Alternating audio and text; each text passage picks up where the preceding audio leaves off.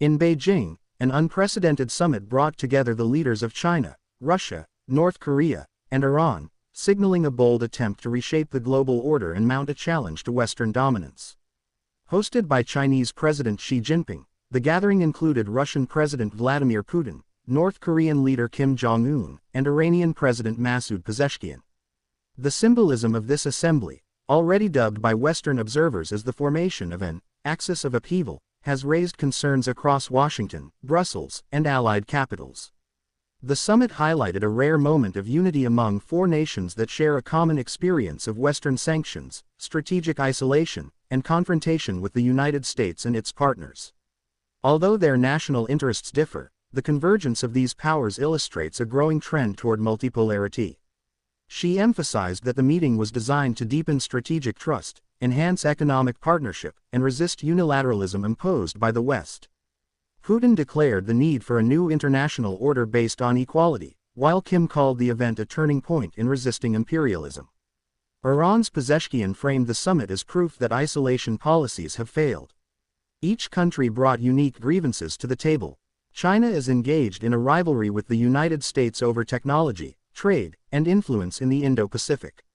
Russia continues its war in Ukraine, facing unprecedented sanctions from the West. North Korea, isolated for decades due to its nuclear program, seeks economic lifelines and recognition. Iran, battling U.S. sanctions and tensions with Israel, aims for greater integration into China's Belt and Road Initiative and stronger defense cooperation with Russia. Despite these differences, their shared opposition to Western policies provides a powerful incentive to collaborate. Military and security cooperation were key themes. Russia and North Korea reportedly discussed arms transfers, with Pyongyang offering artillery and missile systems to support Moscow's war in Ukraine.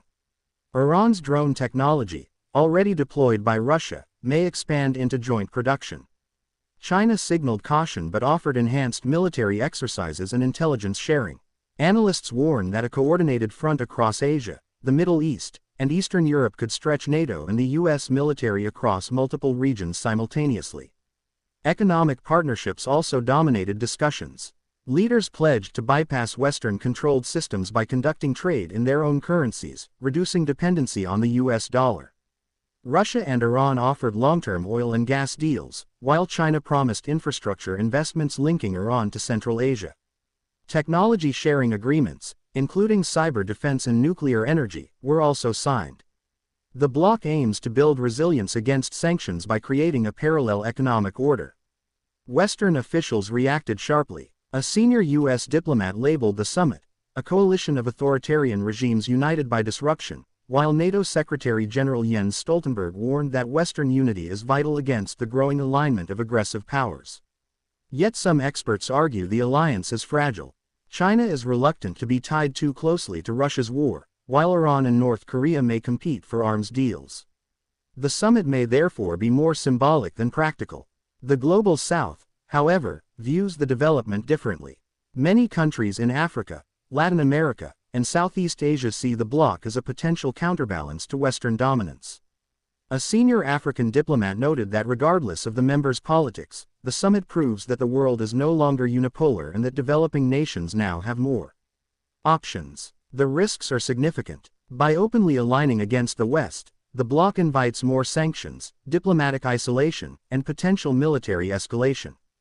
The United States has already warned China of consequences if it aids Russia militarily.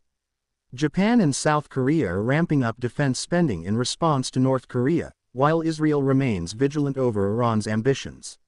Europe, meanwhile, fears energy vulnerabilities if Moscow and Tehran tighten control over exports. Hosting the summit in Beijing carries deep symbolism. It establishes China as the gravitational hub of the coalition, projecting Xi Jinping as the leader of a new global alignment. For China, this role strengthens its image as the champion of multipolarity and the principal alternative to U.S. leadership. Russia and Iran, weakened by sanctions, and North Korea, desperate for allies, find themselves increasingly dependent on Beijing's economic and diplomatic influence. The Beijing summit marks a pivotal moment in the evolution of global power structures.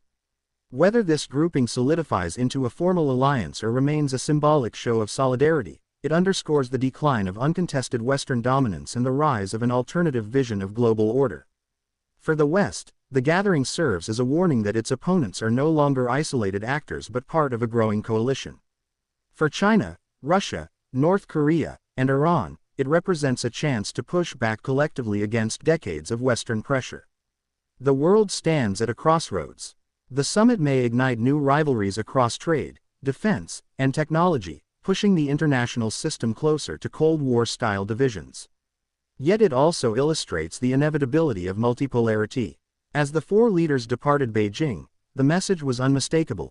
Global politics will no longer be defined solely by Western power, and the axis of upheaval has emerged as a formidable force that could shape the future for decades to come.